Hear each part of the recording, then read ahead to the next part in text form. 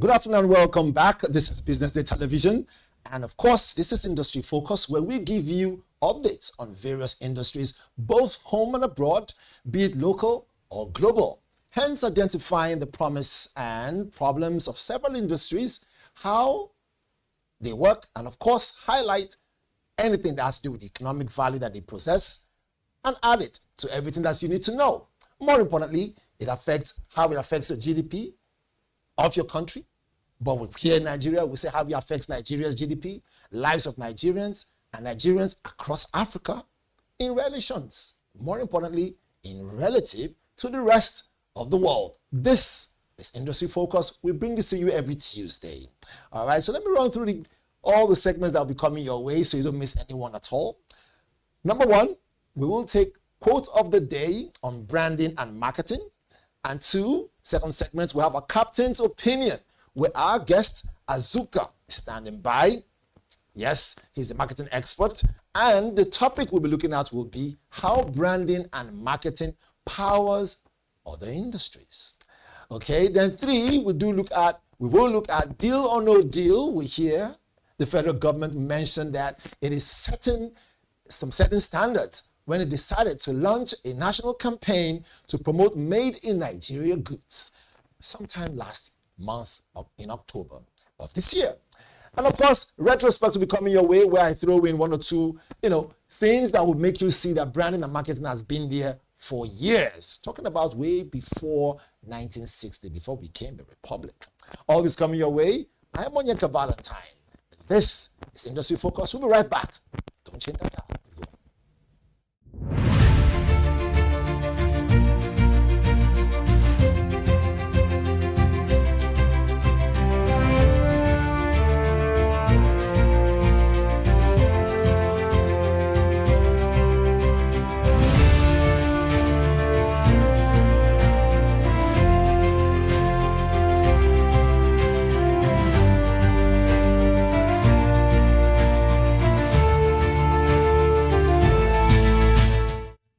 Welcome back. This is Industry Focus.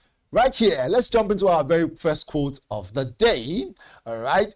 Most definitely, if you look closely, you will see that for everything that you do, remember, it's important that you look at your branding. So our first quote of the day goes this way. It says, your brand is what people say about you. It's right there on TV. It says, your brand is what people say about you when you are not in the room. At some point, we'll ask our guest what he thinks about this. But that quote was by, you can see it right there, Jeff Bezos. He says, your brand is what people say about you when you're not in the room. And number 2 here, he says, a customer won on price will be lost on price. By Alien Deep, a customer won on price will be lost on price. Write those quotes down for all you young entrepreneurs, those of you who want to start your businesses and want to start your industries. Don't be afraid. Go with it. It might just be a breakthrough for the nation. All right, let's jump into our second segment of the day so you don't miss anything at all. Right? And here we talk to our captain of industry, which is our guest, and find out exactly what is it that makes the branding and marketing sector power other industries. Azuka Ugboh is a marketing strategist, that's him on TV right there, and a consultant with over 15 years experience developing marketing strategies for personal and corporate brands. His role involves working closely with CEOs, marketing and sales teams in increased brand awareness, boost lead generation, increase customers acquisition, and drive sales for clients. Ladies and gentlemen, help me welcome my guest, Mr. Azuka Ubo. Thank you very much. Welcome to our studio. Welcome to our studio. I must say, first and foremost, you're well dressed for the occasion. Giving them all the suit and everything, meaning to say that if for any reason anyone is watching right home and they say, let's make this happen, $1 billion on the table, can we get this industry working? You will not even flinch. You have everything on your palm to talk about. Yeah. Fantastic, fantastic. How's it been, though? It's been great. All right. Fantastic. So they say brand and marketing is everything. So our questions came from our listeners, our viewers over time, and they wanted to know, how is it possible that someone who knows about branding and marketing and runs a company, yet the company doesn't work. All this we'll find out. But let's jump very quickly to our first question of the day. I know already you're conversant with the questions, but it will help us be able to, navigate these things.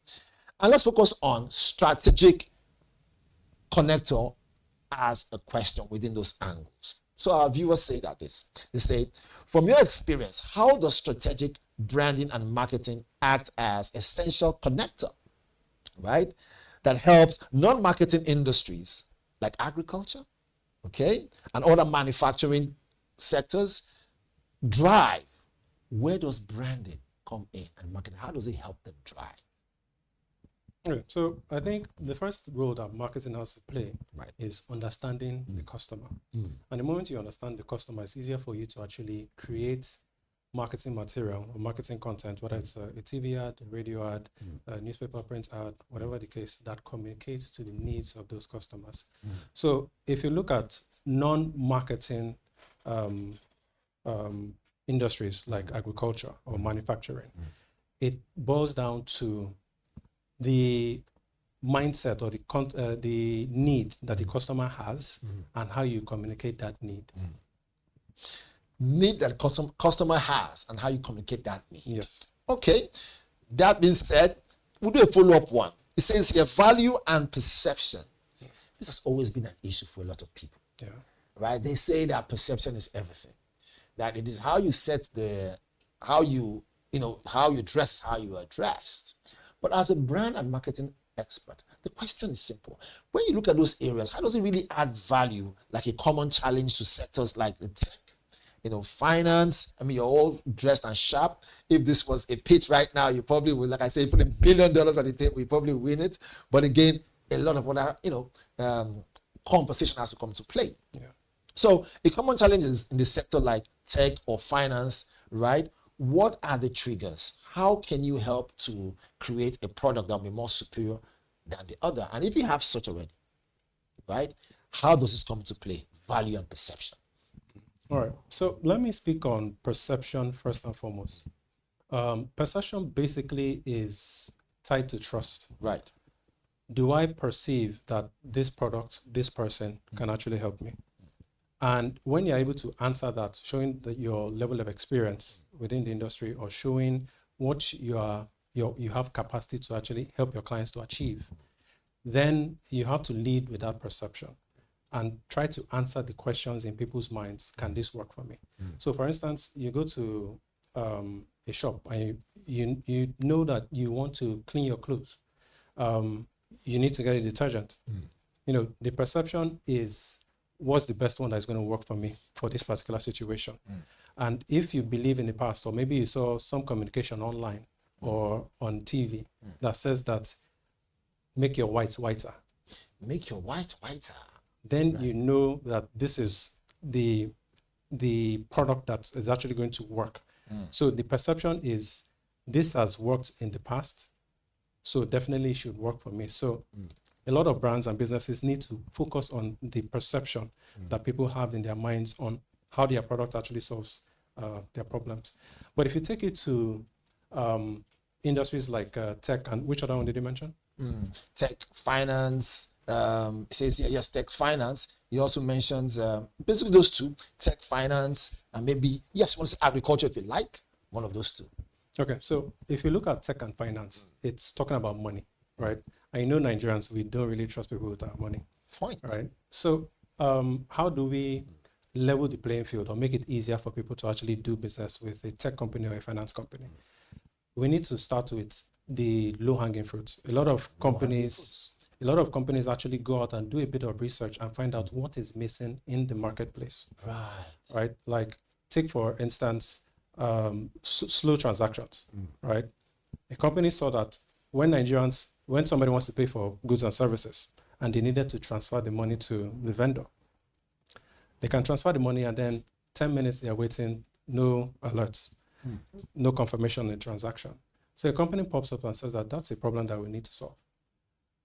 And then they come into the market and then they basically become a unicorn. And that company, I'm talking about is, do I need to mention the name? Well, maybe not. Unless they're going to pay us money. But Right. that's what we're talking about. Right. So the fact that other people actually say, hey, use this and transfer money to me. The perception is that, okay, if this person is saying that it works for them and I can transfer and they can get it immediately, then there's something there. And quickly it spreads. So the quicker you can be able to solve problems for people, it increases the perception that this actually can work for other people like that. Solve problems for people. I keep on telling people, anyone who wants to hear that, for you to be able to, make it in life, you must be a problem solver. Nobody wants to live with problems or challenges. So when they see a solution, they jump at it. But most business people don't see, solving a problem as the key or master key to starting a business. But for instance, I'm in the media business, right? I mean, we're talking now from TV and people are watching. Yeah. What problem would you say you can identify in the media space? Now, this is out of our basic questions now. What problem would you say you can identify in the media space? And I'll say, Valentine, there's a problem here. I am a problem solver as a brand and marketing expert. I want to solve this problem here. And how do you think it's possible? Okay, so that is a very broad way to come across, to come at it from. What my suggestion would be is, before you actually set the strategy, you need to look at the people that you want to target. Right. And then when you find those people, you ask them what pain they're experiencing. Earlier, I quoted people complaining about slow transactions, not being able to confirm transfers to their accounts on time. That is the problem. In the finance aspect. Yes. So you have to start with the people. Okay. Discover what the problem is that they face, and then try to bridge the gap for them. If you start any other way, it'll be chaos. It'll be chaos. So most business owners, I think what they do is they see somebody else doing a business and then they say, I want to start doing this, right? Not asking themselves, who am I doing this for? Because whether you start the business that way, you'll come to find out along the way that you're actually running the business because of people and for people. One of the things that I learned early on in life is that no matter what industry you are in, the moment you're an entrepreneur, first of all, your primary care is for your employees, and that extends to your customers. Right. Your customers also have an impact on the government, meaning that they will pay taxes to the government. Okay. And in extension, it also impacts the community of those individuals that walk around your business. And there are also another group of people that I'd like to call adjacents. They are similar to your industry. They are not competing. They are similar to what you do. They are not competing, but you can collaborate with them. Can collaborate with them.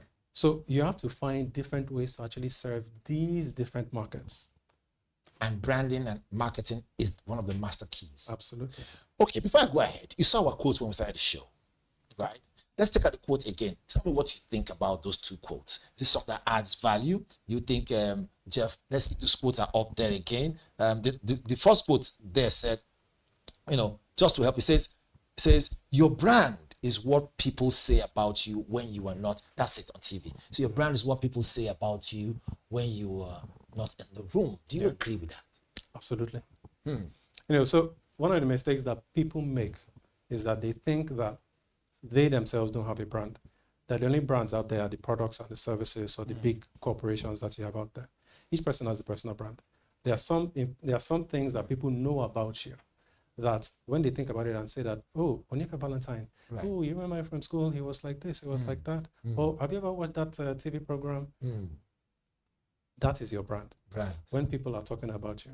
But if we also look at businesses, like the example I quoted earlier, people are spreading the information without the company even being involved. And the company being involved. Yes. And marketing adds value to that. Absolutely. Okay. Our second quote that we put up. Let's check our second quote again. Let's quickly just see. It says, a customer won on price will be lost on price. That's a customer won on price will be lost on price. Yeah. Do you see this as a major ingredient to what you just said? Now, how does that, do you agree with that? I agree. The customer won on price. Yes. Might be lost on price. Yes. Okay. So I think this quote basically came from brands or business owners not being able to communicate the perceived value of their product or service. So oftentimes, when they tell their price to somebody that, okay, this is what it costs, the typical Nigerian way is to say that this is expensive. And then they now decide, I'm going to give you a discount. Further watering down the brand. And and then when you reduce the price, just so that you remain competitive in the market, it has an adverse effect because it reduces your margins. You have less resources to be able to improve your company. And eventually it's going to hurt future customers in the process. I never thought of it from that angle. You see why I didn't make a mistake having you on this show today. Ladies and gentlemen, we're speaking with Mr. Azuka Ugboh, and he's giving us all the details and nitty-gritties. When I put this on social media, right, okay, on Instagram, say, look out for the show, we were very particular because we know that it was going to bring forth his A game. And now you're hearing those areas, those indicators that most people had no idea of. I must say I'm having a great time here, right? They say information is key and it helps you, upgrade your skill. Let's jump straight up to our third question very quickly. It says, and this is on digital transformation now. Remember, our viewers are the ones sent this thing because they want to know. They say here, Mr. Azuka, under digital transformation, right? In today's digital economy, marketing is no longer optional. How has it become a critical tool? Rather, how is it a critical tool for traditional industries, right, who do not survive but still reinvent their customer engagement? Now, when they talk about survival, they're talking about survival on the long term, but probably don't have a marketing strategy. So, in this digital transformation, how can companies survive? I'm sure this is what our viewers here want to know. Okay, so marketing has changed tremendously over the past decade. 2 decades. Right. And that's because of how the internet has grown. People are able to access information as quickly as possible. So it provides an advantage for businesses who don't have the huge capital to run TV ads, billboard ads, or newspaper ads to be able to get the word out there. And the advantage that also provides is that information is able to spread. They're able to reach people beyond certain geographic areas. For instance, I was having a conversation with somebody yesterday, and they were saying that there's this particular brand that doesn't have a billboard in Abuja. Right. So the advantage for businesses is that even if you can't run the billboard in Abuja, you can always double down on your digital reach, your capacity to be able to reach more people online, whether they are on social media, whether they're searching for solutions to their problem on Google, whatever they are, your business should be able to structure itself in such a way that wherever people are looking for information about their problems, they come to you. Your business is there. Your business is there. Whenever they are looking for solutions to their problems, your business is there. All right. I must tell you, there's a lot to find out. But we must do a part 2 of this. But before we jump into any other thing, let's check out our deal or no deal segment. All right. So, in case you don't know, we're speaking with Mr. Azuka Ubo. He is a seasoned marketing professional. And of course, when it comes to branding, he's the go-to guy at any point in time. His words and his contributions here are not in doubt. You can tell already. But let's jump to deal or no deal very quickly. In October 2025, the federal government mentioned that it is set to launch a national campaign to promote made in Nigeria goods and services under the Nigerian First policy as part of efforts to revitalize the manufacturing sector. President Bola Ahmed Tinubu made this known in Lagos at the 5th Adeola Odutayo lecture, Adeola Odutola, that's it, lecture by the Manufacturers Association of Nigeria, that's MAN, most definitely, and a lot came forth. So our question today on the show, Mr. Azuka, as a brand and marketing professional, do you see what the federal government is doing as a good deal moving forward? Or is this going to be a bad deal? Remember, it was launched in October. I don't know if we're starting feeling it yet, but do you see it as a good deal? Absolute good deal. It's a good deal. Yes. So I'm going to shake your hand and say it's a good deal. It's a good deal. All right. So those at home, it says a good deal. It's a good deal coming from a brand and marketing professional, like I said, international fellow. All right. But why is it a good deal, though? Okay. So Nigeria for decades has relied on imports, importing products. I saw online yesterday, there's this cubed sugar brand. Cube sugar brand. Okay, this cube sugar brand, I see what you did there. This cubed sugar brand Right. that has existed for way before I was born. Most definitely. Sometime in the 50s or so. And imagine that business is doing so much even without advertising. That's the point. You know, and that has an adverse effect on the local manufacturers or the local producers. So this pronouncement by the government has actually a step in the right direction, being that it would aid Nigerian manufacturers and people that are actually producing Nigerian local goods to be able to start to get their brands out, their products and services out there. But in the long run, the impact will be felt in the GDP at some point when our local manufacturers are able to comfortably export most of the things that they produce as well. Because that is when Nigeria will truly thrive as an economic nation. That is when Nigeria truly thrives as an economic nation. I must say, the way you're helping me manage time here is just state of the art. All right, so you've heard it from Mr. Azuka Ugboh, right? Before I leave the studio, let me just jump into retrospect quickly so you understand the history of brand and marketing and how much it has added value to Africa and beyond. So listen to this part. It says, brand and marketing in Africa, right, has evolved from ancient history of property making, and of course, there's a differentiation there through the colonial period, focused on raw materials, extraction, right, to the modern eras where you have, like you see on TV, you see things of old that follow through to the present times, marketing and every other thing. So challenges and opportunities, all that came through. But more importantly, it is how the world saw the country as it developed over time. So you see, even though at that time there were no digital plan out, they still had trust because people were marketing and then, carving out what they, like you rightly said, carving out what they do, and they're known for something. All right. So for today, it's a bit different now, and everything has now gone a bit digitalized. We have social media and a whole lot. So just so you know back home, little history to help you know that branding and marketing has been there since the 50s or 60s, before independence. All right, Mr. Azuka, before we go, we cannot leave the studio without asking you what you're working on, the project you're working on, and how, it's going to add value to our GDP and where we're heading to, coming from someone like you who's a professional. So currently what I'm doing, it might be a drop in the ocean, a drop of water in the ocean. But currently what I'm working on is actually helping personal brands and corporate brands where the CEO and the founder, let me put it this way. Yes, go ahead. One of the things that I notice is that most CEOs or founders or business owners, they have this skepticism when it comes to actually showing themselves online or putting their brands out there.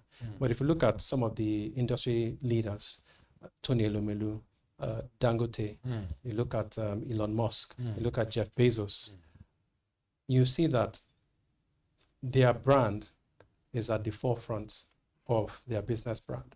Why is that so though? Business, people do business with people. So most times, there was this company that I consulted for many years ago, a real estate company. Each time somebody made an interaction and said they wanted to buy a house, they wanted to know the CEO. They wanted to know who was behind the company. So they're able to judge for themselves, can I trust them?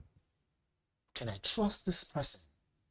So if, for instance, a Tony Elumelu comes up and says that he wants to fly to the moon, and he wants to start a company to do that, because of the leverage that his brand has created over time, the man with the red tie, they call it. It's easier for people to say, I love your dream, I'm on board with it. Why?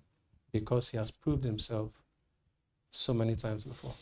He has proved himself so many times before, just the way you're proving yourself right now. Hopefully in the near future, we'll probably be seeing you with the blue tie or have your own brand, such a way that, you know, when we now do retrospect, we say, oh, wait, hold, he's a billionaire now. But at some point in time, he came on our program, you know. Mr. Azuka, I want to thank you so much for coming on the show. Hopefully we'll call you again. You will jump through and then do justice to our topic. There you have him, most definitely Mr. Azuka Ugboh. I read his profile at the beginning of the show. In case you're just joining, well, you missed a lot. But we do have him again when time comes. Thank you so much for joining us. Hopefully, and by the way, if I go away, well, what is your social media handle? On Instagram, it's Hey Azuka. Okay, Hey Azuka on all social media platforms? Yes. Okay, your last parting words for those who are into branding and marketing. That's your camera over there. You're doing this for people. So at the core is understand who your audience is and try to help them to achieve the results that they want to achieve. All right. Achieve the results you want to achieve. Thank you so much. All right, time for us to leave the studio. Ladies and gentlemen, thank you so much for being with us. It's still Business Day Television, and this has been Industry Focus. My name is Onyeka Valentine. Stay tuned. Coming up next, more programs for you. Bye-bye for now.